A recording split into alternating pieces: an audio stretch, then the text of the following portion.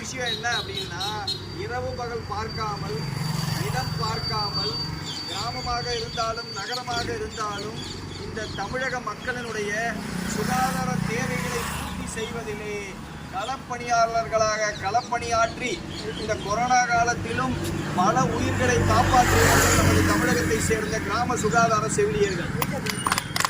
அப்படி இருக்கும் பொழுது இந்த கிராம சுகாதார செவிலியர்கள் அவர்களது பணி நிமித்தமாக செல்லும் பொழுது அவர்கள் முதலில் பெண்கள், அவர்களது பாதுகாப்பை உறுதி செய்வதன் மூலம் இந்த தமிழக அரசும் தமிழ் சமுதாயமும் பெண்களின் பாதுகாப்பை உறுதி செய்கிறது.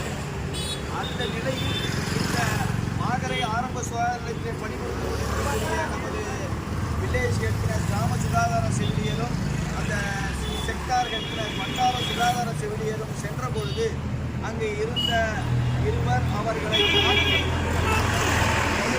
விடுத்தது மட்டுமல்லாமல் காவல்துறை நடவடிக்கைக்கு பிறகும் சொல்லாமல் விடமாட்டேன் என மிரட்டல் விடுத்திருக்கின்றார்கள்.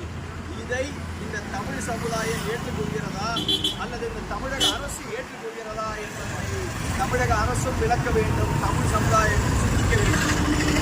ஏன் அப்படியெல்லாம் இன்றைக்கு இருக்கக்கூடிய அரசாங்கத்தில் இந்திய அளவிலே மருத்துவமனை பாதுகாப்பு சட்டம் என்று ஒன்று உண்டு என்றால் அது நமது பக்கத்து மாநிலமான ஆந்திர பிரதேசத்தில் கொண்டு வரப்பட்டது.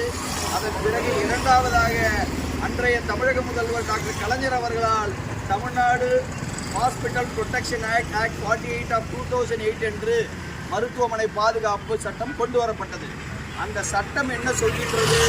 அந்த சட்டத்திலே மருத்துவமனையிலே அராஜகத்தில் ஈடுபடக்கூடியவர்கள், மருத்துவ பணியிலே ஈடுபட்டு இருக்கக்கூடிய மருத்துவர்கள், செவிலியர்கள், மருத்துவம் சார்ந்த ஊழியர்களுடைய உயிருக்கு பாதுகாப்பு, அவரது உடைமைக்கு பாதுகாப்பு வழங்குவதுதான் அந்த சட்டத்தினுடைய குறிக்கோள்.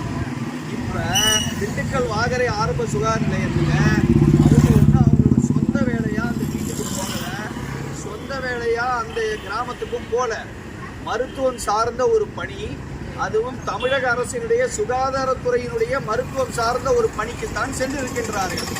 அவர்கள் இருக்கும்போது